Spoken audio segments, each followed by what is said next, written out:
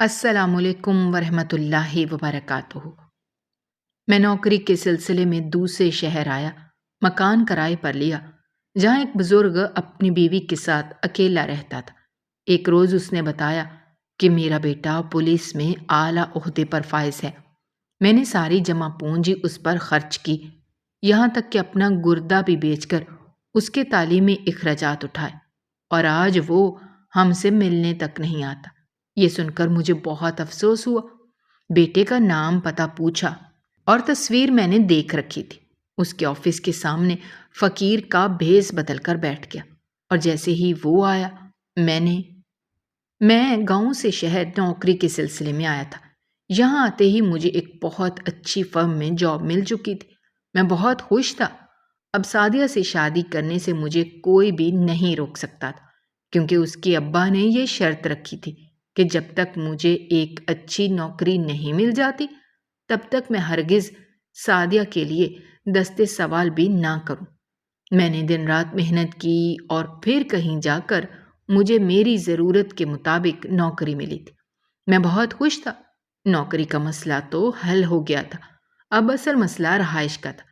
ایک دن میں ہاسٹل کے سامنے موجود فروٹ والے سے فروٹ لے رہا تھا، جب ایک سفید پوش بزرگ وہاں فروٹ خریدنے کے واسطے آئے۔ انہوں نے بہت سامان خریدا، ان سے اٹھایا نہیں جا رہا تھا، اور میری تربیت یہ گوارا نہیں کر رہی تھی کہ وہ اتنے بڑھاپے میں اتنا زیادہ سامان اٹھائیں۔ میں نے ان سے درخواست کی کہ میں آپ کو چھوڑ دیتا ہوں۔ وہ مجھے دعائیں دینے لگے اور کہا، ہاں بیٹا، مجھے میرے گھر تک چھوڑ دو، اب ان بوڑھی ہڈیوں میں اتنی طاقت نہیں کہ اتنا وزن اٹھا سکیں۔ یہ کہتے ہوئے ان کے لہجے میں بے بسی تھی۔ میں ان کے اس لہجے پر چونکا، لیکن میں نے کچھ کہا نہیں اور ان کے پیچھے پیچھے چلنے لگا۔ وہ ایک 2 منزلہ مکان کے سامنے رک گئے، اندر جا کر پردے کا بولا اور پھر مجھے بلا لیا۔ میں نے ان کے کچن میں سارا سامان رکھا اور مڑنے ہی لگا تھا جب وہ کہنے لگے، کوئی اچھا سا کرایہ دار ڈھونڈ دو جو ہم بوڑھے میاں بیوی کا خیال بھی رکھ سکے۔ وہ شاید میری گفتگو پہلے سن چکے تھے، اس لیے مجھے آفر کر رہے تھے۔ میں نے انہیں کہا کہ میں آپ دونوں کا اپنے ماں باپ کی طرح خیال رکھوں گا۔ آپ لوگ مجھے کرائے پر رکھ لیجئے، جتنا کرایہ آپ چاہیں گے میں آپ کو اتنا دے دوں گا۔ فی الحال میری تنخواہ 50,000 ہے، اس کے مطابق میں آپ کو مہینے کا 5,000 یا 10,000 تو دے سکتا ہوں، اس سے زیادہ نہیں۔ یہ سن کر بوڑھے آدمی کی بانچھیں کھل گئیں۔ وہ کہنے لگا، ٹھیک ہے، پھر 10,000 پر ڈن کرتے ہیں۔ گھر ملنے کی خوشی میں نے اپنی ماں کو فون کیا اور اسے بتانے لگا۔ میری ماں بھی خوش تھی کہ مجھے بازار کا کھانا نہیں کھانا پڑے گا، بلکہ گھر کا پکا پکایا کھانا ملے گا، کیونکہ باہر کا کھانا کھانے سے میری طبیعت خراب ہو جاتی تھی۔ اس لیے اماں کو صرف یہی فکر ہوا کرتی تھی کہ میں نے کب کیا کھایا ہے۔ وہ دن میں 2 سے 3 مرتبہ کال کرتی اور یہی پوچھتی کہ تم نے کیا کھایا ہے۔ اکثر تو میں جھوٹ بول دیتا کہ میں نے ہوٹل سے نہیں کھایا، کسی دوست سے کھایا ہے، اور انہیں اطمینان ہو جاتا۔ مجھے اور کیا چاہیے تھا؟ اگلے دن ہی میں یعقوب میاں کے گھر بطور کرایہ دار داخل ہو گیا اور اپنا سامان سیٹ کرنے لگا۔ جب وہ سیڑھیاں چڑھتے ہوئے ہانپتے ہوئے کمرے میں داخل ہوئے اور کرسی پر آ کر ڈھیر ہو گئے، میں نے جلدی سے انہیں پانی کا گلاس پیش کیا اور ان کی پیٹھ تپتپانے لگا۔ وہ چہرے پر نرم مسکراہٹ سجائے کہنے لگے، بیٹا، میں یہ پانی نہیں پیتا۔ میں نے ان سے پوچھا، کیوں؟ تو وہ کہنے لگے کہ میرے پتے کا آپریشن ہوا تھا، پھر اس کے بعد میں عام نلکے والا پانی نہیں پی سکتا، مجھے منرل واٹر کا پانی ہی پینا پڑتا ہے۔ میں یہ جان گیا تھا کہ ان کو گردوں کا مسئلہ بھی تھا۔ ان سے کہنے لگا، اب آپ کی طبیعت کیسی ہے؟ وہ کہنے لگے، 10 سال پہلے میں نے ایک گردہ بیچ دیا تھا۔ یہ سن کر مجھے شوق لگا تھا۔ اب میں حیرت سے اس بوڑھے آدمی کو دیکھنے لگا جس کے مالی حالات اتنے برے بھی نہیں تھے کہ اسے گردہ بیچنا پڑے۔ وہ مجھے اس طرح ششدر دیکھ کر مسکراتے ہوئے بتانے لگا، یہ سب میں نے اپنی اس اولاد کے لیے کیا جو آج مجھ سے ملنا بھی گوارا نہیں کرتی۔ میرا بیٹا میری شکل دیکھنا نہیں چاہتا، اس کی ماں روزانہ اسے کال کرتی ہے، وہ کاٹ دیتا ہے۔ اپنی ماں سے بھی اسے بات نہیں کرنی۔ نہ جانے اس کے دل میں ہمارے لیے نفرت کس نے بھری ہے کہ وہ جس کی زندگی ہمارے بنا ادھوری تھی وہ ہم سے دور بھاگتا ہے۔ یہ کہہ کر وہ بوڑھا جو 2 منٹ پہلے مسکرا رہا تھا اب آنسو صاف کرتے ہوئے مجھے دیکھنے لگا۔ مجھے افسوس ہوا کہ کاش میں نہ پوچھتا تو وہ اس طرح روتے نہیں۔ ان کا غم میری وجہ سے تازہ ہو گیا۔ مجھے بہت شرمندگی ہوئی۔ میں ان کے قدموں میں بیٹھ گیا اور ان سے کہنے لگا، چچا جان مجھے معاف کر دیجیے، میرا ارادہ ہرگز آپ کو افسردہ کرنا نہیں تھا۔ انہوں نے میرے سر پر شفقت سے ہاتھ پھیرا اور کہنے لگے، میں نے اپنے بیٹے کو اعلیٰ افسر بنانے کا خواب دیکھا تھا اور جب میں اس کی فیس پوری نہیں کر سکا تو میں نے اس کو بتائے بغیر اپنا گردہ بیچ کر اس کی فیسیں مکمل کی۔ لیکن وہ نادان تھا، وہ نہیں جانتا تھا کہ اس کے ماں باپ نے اس کی وجہ سے کتنی قربانیاں دی ہیں۔ اس کی ماں چھپ چھپ کر کپڑے سلائی کیا کرتی تھی تاکہ وہ کچھ پیسے جوڑ پائے جو میرے بیٹے کی فیس میں کام آ سکے۔ میں ان کی باتیں سن کر حیران رہ گیا تھا۔ یہ ہوتی ہے ماں باپ کی محبت جو وہ اپنی اولاد پر نچھاور کرتے ہیں۔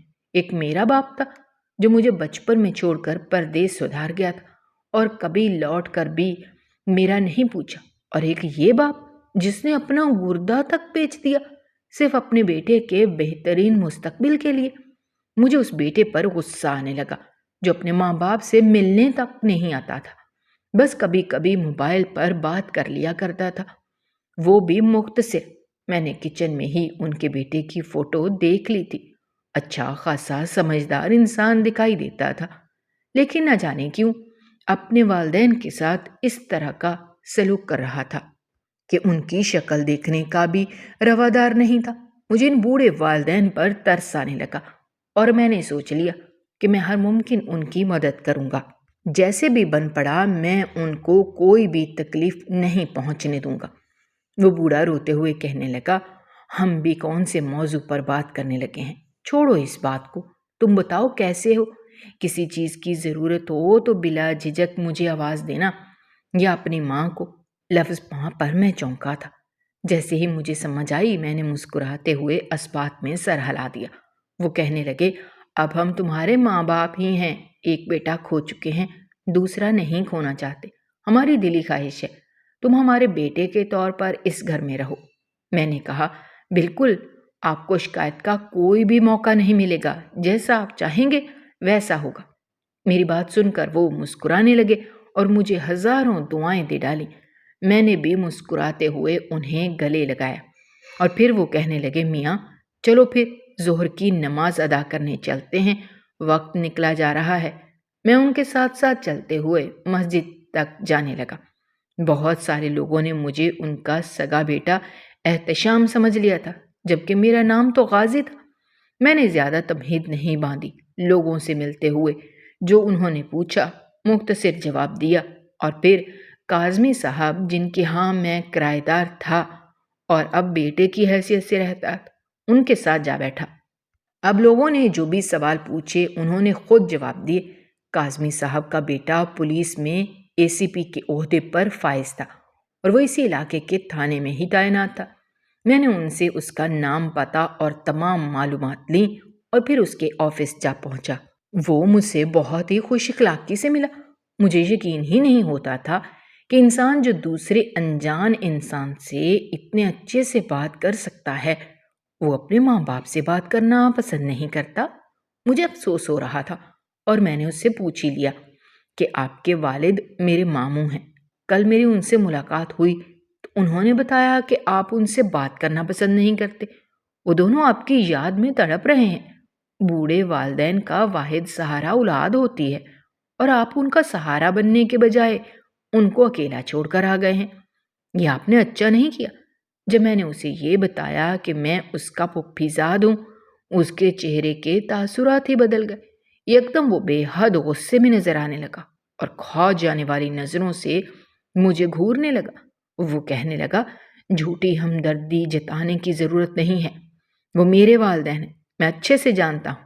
میں ہر ماہ ان کو اپنی تنخواہ کا آدھا حصہ دیتا ہوں تاکہ ان کو خرچ میں کوئی مسئلہ نہ آئے، اور تم یہ کیسے کہہ سکتے ہو کہ تم میرے پھپھی زاد ہو؟ میری پھپھی نہیں ہے، سمجھے تم؟ اور دوبارہ ان کا ذکر بھی مت کرنا۔ یہ کہتے ہوئے اس نے کانسٹیبل کو بلایا تاکہ وہ مجھے دھکے مار کر آفس سے نکال سکے۔ میں حیرت سے منہ کھولے اسے دیکھ رہا تھا۔ مجھے ہرگز اس سے یہ توقع نہیں تھی کہ وہ میرے ساتھ ایسا سلوک کرے گا۔ باہر نکلتے ہی میں سمجھ گیا کہ وہ لوگ میری ماں سے کتنی نفرت کرتے ہیں، کیونکہ میری ماں نے پسند سے شادی کی تھی اور میرے بابا ان کے خاندان کے نہیں تھے، بلکہ وہ تو گاؤں میں رہا کرتے تھے۔ ہمارے ہم بہن بھائیوں کے بہتر مستقبل کے لیے ایک بار بابا سعودی عرب گئے اور پھر کبھی لوٹ ہی نہ سکے۔ ہم لوگ ساری زندگی ان کا انتظار کرتے رہے۔ کچھ لوگوں نے بتایا کہ ان کو وہاں جیل ہو چکی ہے، اب وہ کبھی لوٹ کر نہیں آئیں گے۔ امی رو رو کر ان کے لیے دعائیں کرتی۔ میرے ابا کے نام کچھ زمین تھی جس کو کاشت کر کے ہم لوگوں کا گزارا ہونے لگا۔ میرے چچا بہت اچھے انسان تھے، وہ ہمارا بہت خیال رکھتے تھے۔ ان کی بیٹی سعدیہ کو میں پسند کرتا تھا اور جلدی ہماری شادی ہونے والی تھی۔ ہم دونوں کے درمیان رکاوٹ صرف میری نوکری تھی جو کہ لگ چکی تھی، اور رہائش کا مسئلہ بھی حل ہو چکا تھا۔ اماں ابا کی شادی کے بعد کبھی بھی ماموں نے ان سے رابطہ نہیں کیا۔ اس بات کا اماں کو بہت دکھ تھا۔ وہ دن رات روتی اور اپنے گھر والوں کو یاد کرتی، اور جب سے ابا گئے تھے تب سے تو وہ سب کو اور زیادہ یاد کرنے لگی تھی۔ اکثر تہجد کے وقت رو رو کر دعائیں مانگتی۔ میں ان کو اس حال میں نہیں دیکھ سکتا تھا، اس لیے ایک دن میں نے فیصلہ کر لیا کہ جب میں شہر جاؤں گا تو سب سے پہلے ماموں کو ڈھونڈوں گا اور کوشش کروں گا کہ ان کا دل امی کی طرف سے صاف ہو جائے اور وہ بہن سے ملنے کو تیار ہو جائیں۔ لیکن یہاں تو سبھی لوگ ان سے بے حد نفرت کرتے تھے۔ اماں کو نہیں پتا تھا کہ میں کہاں رہ رہا ہوں۔ ایک بار جب میں نے ان سے اس محلے کا ذکر کیا تو وہ چونک گئیں اور مجھ سے پوچھنے لگیں کہ تم وہاں کیوں گئے ہو؟ میں نے انہیں کہا کہ ایک دوست کے گھر گیا تھا۔ تبھی وہ ماموں کے گھر کا پتہ بتاتے ہوئے کہنے لگی کہ اپنے دوست سے پوچھو کیا وہ اس نام کے کسی آدمی کو جانتے ہیں؟ میں نے جھوٹ بول کر کہا ہاں وہ جانتا ہے۔ تو وہ کہنے لگی ایک بار وہاں جا کر ان کی خیریت معلوم کر کے مجھے بتاؤ۔ میں انہیں کہنے لگا امی آپ فکر نہ کریں، ایک دن ایسا آئے گا جب ماموں خود آپ سے ملنے آئیں گے، آپ پریشان مت ہوں اور مجھ پر بھروسہ رکھیں۔ یہ سن کر وہ رونے لگیں اور پھر چپ ہو گئیں۔ میں نے بھی کال کاٹ دی کیونکہ مجھے پتا تھا کہ وہ رو رہی ہوں گی۔ مجھ میں ماموں کو کچھ بھی بتانے کی ہمت نہیں تھی۔ مجھے لگا شاید احتشام میری بات سننے کو تیار ہو جائے، لیکن وہ تو اس بات پر بھڑک چکا تھا۔ جتنی بار بھی اس بات کے بعد میں اس کے آفس گیا، اس نے مجھے آفس میں گھسنے ہی نہیں دیا تھا اور پابندی لگا دی کہ میں کبھی بھی وہاں آ نہ سکوں۔ مجھے اس بات پر بہت غصہ آیا۔ میں سارے بکھرے ہوئے خاندان کو اکٹھا کرنا چاہتا تھا، لیکن وہ سب ایسا چاہتے ہی نہیں تھے۔ مجھے لگا کہ مجھے واپس لوٹ جانا چاہیے، لیکن میں ایسا نہیں کر سکتا تھا۔ جیتے جی اپنی ماں کو ایک خوشی دینا چاہتا تھا، اور وہ یہ تھی کہ ان کا بھائی آ کر ان سے ملے اور ساری ناراضگی بھلا دے۔ ایک دن ماموں باہر گئے ہوئے تھے، شاید سبزی لینے گئے تھے۔ میں تو صبح سے آفس تھا۔ رات کو 12 بجے گھر واپس آیا۔ جب گھر واپس آیا تو امی کو روتے ہوئے گیٹ پر پایا۔ وہ کہنے لگی تمہارے ماموں بیٹا صبح سے نہیں آئے، نہ جانے وہ کس حال میں اور کہاں ہیں، آج تک کبھی بھی اتنا وقت نہیں لگا۔ تبھی میں نے بائک واپس موڑی اور پھر مسجد چلا گیا۔ وہاں سے پتہ کیا، وہاں بھی امام صاحب کہنے لگے کہ وہ تو ایک نماز ادا کرنے بھی نہیں آئے۔ پھلوں والے سے پوچھا تو وہ کہنے لگا ہاں پھل لینے آئے تھے صبح۔ پھر کہنے لگے میں نے بازار جانا ہے۔ ہم لوگوں نے ان کے جتنے بھی جاننے والے تھے سب سے پوچھا تھا، لیکن وہ کہیں بھی نہیں مل رہے تھے۔ مجھے بہت عجیب سے وسوسے آ رہے تھے۔ مامی بھی روتے روتے سو چکی تھیں۔ ساری رات گزر گئی۔ تبھی میرا موبائل بجنے لگا۔ سامنے جو بھی تھا وہ کہنے لگا اگر اپنے ماموں صحیح سلامت اور زندہ واپس چاہیے ہوں تو یا تو 5 کروڑ کا بندوبست کر دو، یا پھر اپنے ماموں زاد کو کہو کہ وہ نور دین نامی ہمارے ساتھی کو چھوڑ دے۔ اگر اس نے ہمارے ساتھی کو نہیں چھوڑا تو ہم اس کے باپ کو مار ڈالیں گے۔ یہ کہہ کر وہ ہنسنے لگا۔ میں ہیلو ہیلو کرتا رہ گیا اور پوچھتا رہا کہ کون ہو، لیکن اس بندے نے اپنی بات مکمل کی اور پھر کال کاٹ دی۔ اگلے روز میں بھیس بدل کر پولیس اسٹیشن کے سامنے جا بیٹھا اور پھر بھیک مانگنے لگا۔ جیسے ہی احتشام اپنے آفس میں داخل ہوا، میں اس کے سامنے ہاتھ پھیلا دیے اور اسے دعائیں دیتے ہوئے 20 روپے کی مانگ کرنے لگا۔ جیسے ہی اس نے 20 روپے دینے کے لیے وائلٹ نکالا، میں نے اس کا وائلٹ پکڑا اور بھاگنے لگا۔ مجھے معلوم تھا کہ وہ میرے پیچھے بھاگتا ہوا ضرور آئے گا۔ تھوڑی دور جا کر ہی میرا سانس پھولنے لگا اور میں رک گیا۔ میں نے گھٹنوں پر ہاتھ رکھتے ہوئے خود کو نارمل کرنے کی کوشش کی۔ تبھی وہ بھی میرا پیچھا کرتے ہوئے میرے قریب آ چکا تھا۔ وہ کہنے لگا، یہ کیا حرکت ہے؟ تبھی جو نکلی داڑھی میں نے لگائی ہوئی تھی وہ گر گئی۔ وہ جان چکا تھا کہ میں یعنی اس کا پھوپھیزاد ہوں اور وہ مجھ سے بے حد نفرت کرتا تھا، اس لیے ملنا ہی نہیں چاہتا تھا۔ ماموں بھی کبھی بھی اپنی بہن کا ذکر نہ کرتے، بلکہ ہمیشہ یہی کہتے ہیں کہ میں اپنے والدین کی اکلوتی اولاد تھا۔ مجھے دیکھتے ہی وہ کہنے لگا، او تو تم چوری بھی کرتے ہو؟ میں اس سے کہنے لگا، ایک بہت ہی اہم بات تمہیں بتانے والا ہوں۔ شاید ہمارا اس طرح کھڑے رہنا صحیح نہ ہو، ہمیں کہیں بیٹھ کر بات کرنی چاہیے۔ کل رات سے ماموں گھر نہیں آئے اور رات میرے نمبر پر ایک کال آئی ہے جس میں آدمی مجھے دھمکا رہا تھا۔ یہ سن کر احتشام کے چہرے پر تاریکی چھا گئی۔ وہ غصہ کرتے ہوئے کہنے لگا، میں نے کہا بھی تھا کہ آپ لوگ سب مجھ سے دور رہیں۔ نہ جانے کون کس طرح سے بلیک میل کر کے مجھے انصاف کا راستہ چھوڑنے پر مجبور کر دے۔ اسی لیے میں اپنے والدین سے نہیں ملتا تھا، کیونکہ مجھے پتا تھا میرا جن لوگوں سے واسطہ پڑتا ہے وہ اپنے دوسرے آدمیوں کو جیل سے چھڑانے کے لیے میرے والدین کو میری کمزوری بنا کر اپنے ساتھیوں کو چھڑوا سکتے ہیں۔ اتنی مشکلوں سے یہ کیس حل ہوا تھا۔ اب پھر سے اس فائل کو اوپن کرنا پڑے گا، صرف اس وجہ سے کہ تم آفس آئے تھے۔ تمہاری وجہ سے یہ بات گھر سے باہر گئی تھی۔ وہ مجھ پر غصہ کرنے لگا۔ مجھے اس کی بات کا مطلب اب سمجھ آیا تھا، لیکن اب کچھ نہیں ہو سکتا تھا سوائے اس کے کہ کسی طرح ماموں کو چھڑوایا جا سکے۔ ان کی تاوان میں مانگی گئی رقم ہمارے بس میں نہیں تھی کہ ہم وہ ادا کر سکیں۔ نہ ہی احتشام گجر کو چھوڑنے کو تیار تھا، کیونکہ اس نے نہ صرف بہت ساری لڑکیوں کی اسمگلنگ کی تھی بلکہ 10 سے بھی زیادہ قتل میں وہ ملوث تھا۔ جتنی دیر ہم کیفے بیٹھے رہے، احتشام مجھ پر غصہ کرتا رہا اور کہنے لگا، ایک بار تمہاری ماں نے ہمیں مشکل میں ڈالا تھا اور ایک بار تم آ گئے ہماری مشکلات میں اضافہ کرنے کے لیے۔ بابا بھی میری بات نہیں سمجھتے تھے۔ ان کو میں نے 100 بار سمجھایا تھا کہ مجھ سے کمی ملا کریں، یہ نہ ہو کہ آپ میری طاقت بننے کے بجائے میری کمزوری بن جائیں۔ وہ شدید غصے میں تھا اور ایک بار تو اس نے ہاتھوں سے اپنے بال نوچ ڈالے۔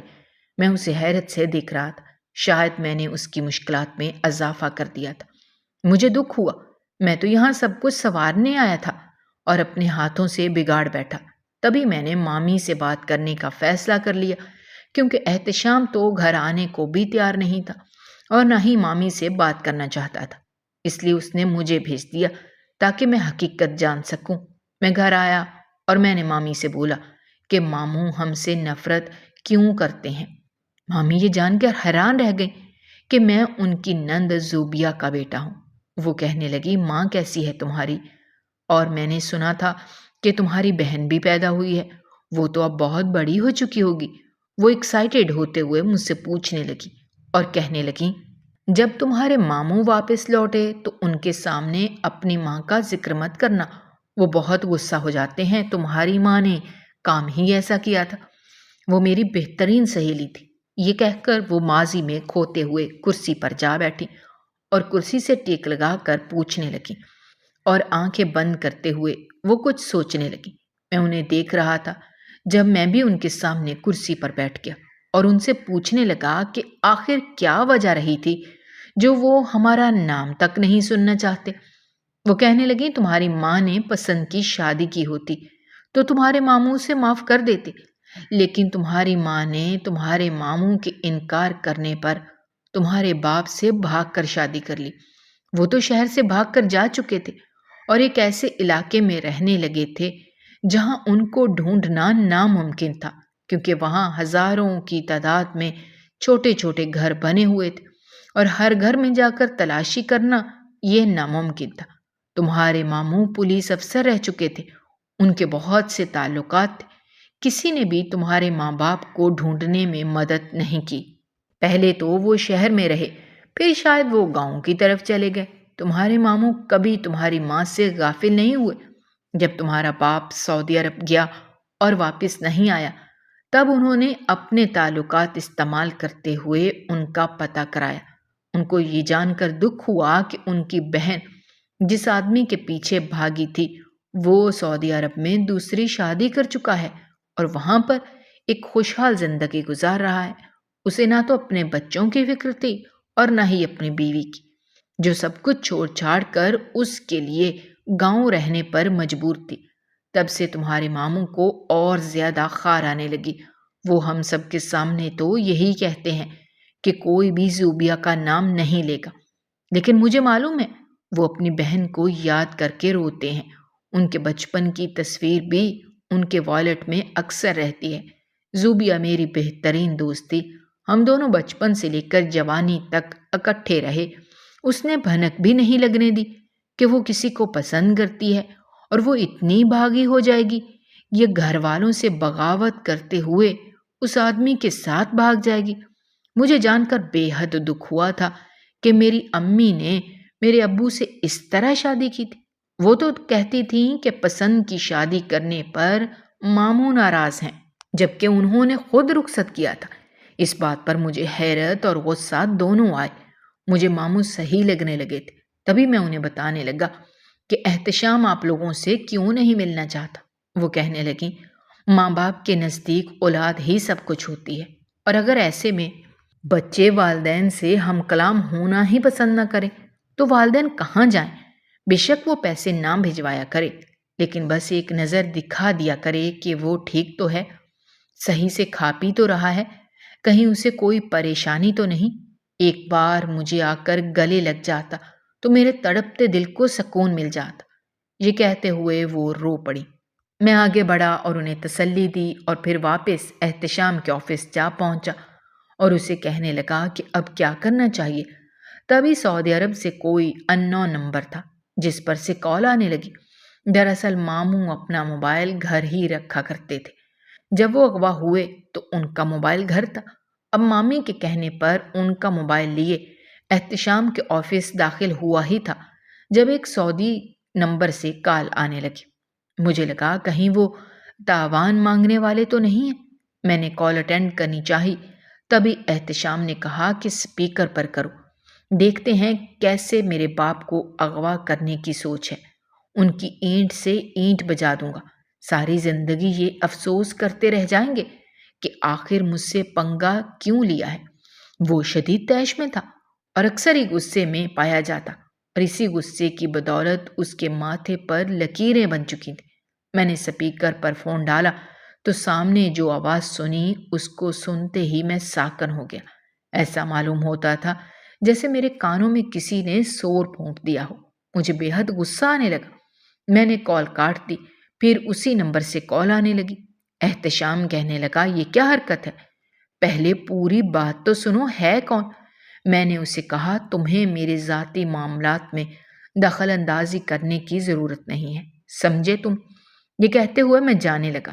جب وہ آگے بڑھا اور کہنے لگا، تمہارا خواب تھا نا اس خاندان کو ایک بار پھر اکٹھا کیا جائے، تو پھر اسے منہ کیوں موڑ رہے ہو؟ اگر تمہارا باپ تمہیں کال کر کے اپنی مجبوری سنا رہا ہے تو کیا تم اتنا بھی حق ادا نہیں کر سکتے؟ میں اس سے کہنے لگا، ایک ایسا انسان مجھے ماں باپ کے حقوق کو فرائض کے بارے میں بتا رہا ہے جو خود اپنے ماں باپ سے ملنا پسند نہیں کرتا۔ میں نے اس پر طنز مارا تھا۔ تبھی وہ چہرے پر اطمینان لائے کہنے لگا، میرے نہ ملنے کی ایک وجہ ہے اور تمہارے پاس تو کوئی وجہ بھی نہیں۔ تم تو اپنے باپ کو ڈھونڈنا چاہتے تھے نا، اب جب مل چکے ہیں تو کیوں بھاگ رہے ہو؟ میں نے اس سے کہا، انہوں نے وہاں پر شادی کر رکھی ہے۔ یہ سن کر احتشام کے ہاتھ جو مجھے تسلی دینے کے لیے میرے کندھے پر موجود تھے فوراً وہاں سے ہٹ گئے۔ وہ حیرت سے پوچھنے لگا، دوسری شادی؟ مگر کیوں؟ میں نے اسے کہا یہی تو مسئلہ ہے۔ تبھی اس نے مجھ سے موبائل کھینچا اور کال کرنے لگا۔ نہ جانے وہ ان سے کیا باتیں کرتا رہا۔ میں اس کے آفس میں اکیلا بیٹھا تھا۔ وہ کال سننے کے لیے باہر گیا تھا۔ واپس آتے ہی بتانے لگا تمہارے ابو واپس پاکستان آ رہے ہیں اور جیل سے نکالنے کے لیے ان کے شیخ نے کہا تھا کہ ان کی بیٹی سے شادی کر لو، پھر میں تمہیں جیل سے چھڑوا لوں گا۔ مجبوری میں آ کر انہیں یہ قدم اٹھانا پڑا۔ انہوں نے کبھی بھی تم لوگوں سے رابطہ نہیں کرنے دیا۔ اب جب کہ وہ شیخ وفات پا چکا ہے تو اب وہ پاکستان لوٹ رہے ہیں۔ ان کی بیوی بھی وفات پا چکی ہے اور ان کے دونوں بیٹے زیر تعلیم ہیں اور جلد ہی وہ لوگ اپنے پاؤں پر کھڑے ہو جائیں گے۔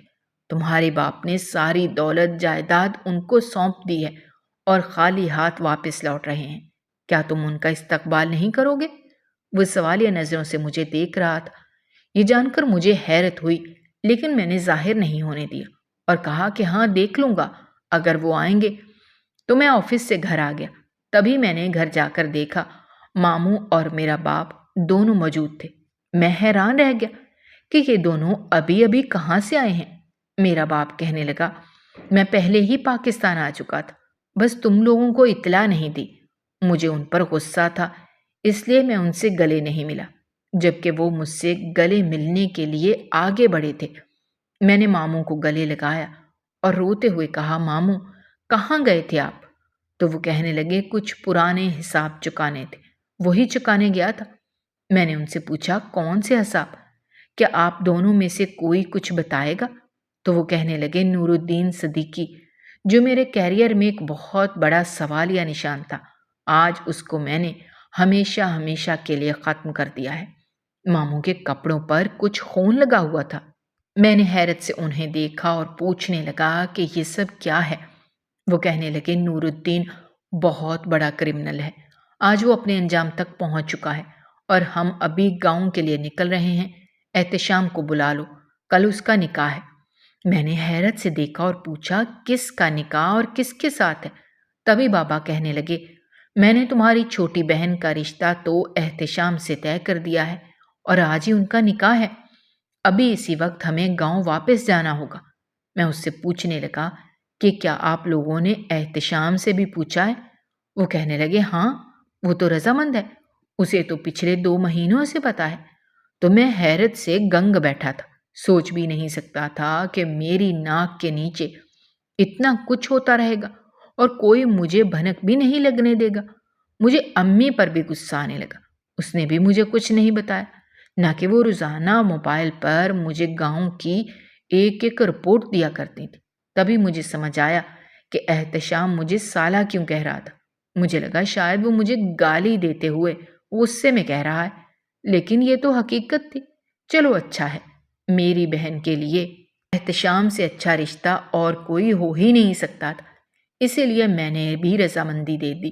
ابا بہت سا پیسہ لائے تھے، انہوں نے ہم دونوں کی شادی خوب دھوم دھام سے کی اور کاروبار شروع کرنے کے لیے مجھے کچھ پیسے بھی دیے۔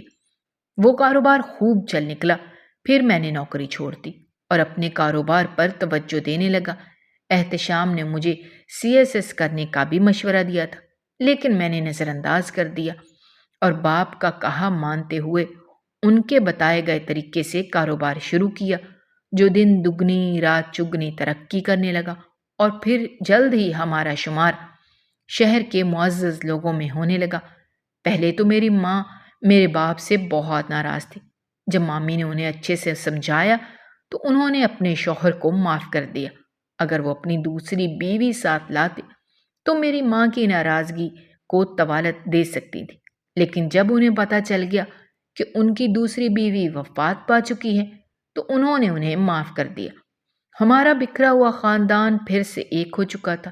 والدین اپنی اولاد کے لیے کیا کچھ نہیں کرتے، خود فاقے کاٹتے ہیں، لیکن اپنے منہ کے نوالے اپنے بچوں کے منہ میں ڈالتے ہیں، ان کو پروان چڑھاتے ہیں، ان کی تعلیم یا اخراجات اٹھاتے ہیں۔